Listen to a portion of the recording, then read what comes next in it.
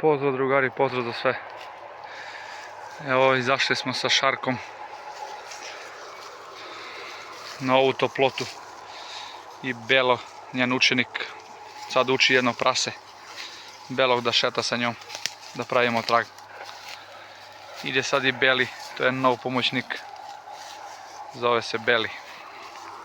I evo Šarka kako njuška i on ide za njom. Ajde Beli!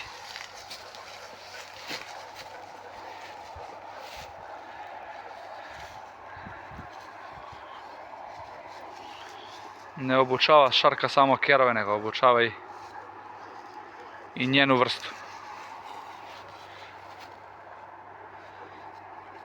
Vegetacija je baš velika, trava je. Beli se ne vidi u travu kad ide za njom, ali je prati. Sad smo malo pauzu pravili sa kerovima obuku zbog... Ajde Beli! Pravili smo malo pauzu zbog toploti, zbog obaveza.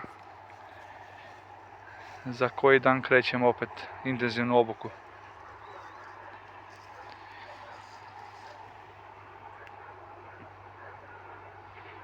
I rad sa kerovima na tragu i na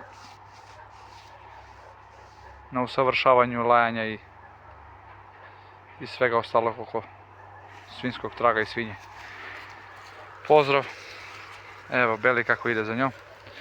Pozdrav, pa se vidimo sa kerovima i sa nekim novim snimkom.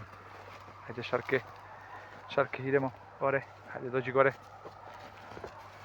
Polako. Nije izlazila duže malo. Ajde, bravo Šarke, ajde. Pozdrav drugari.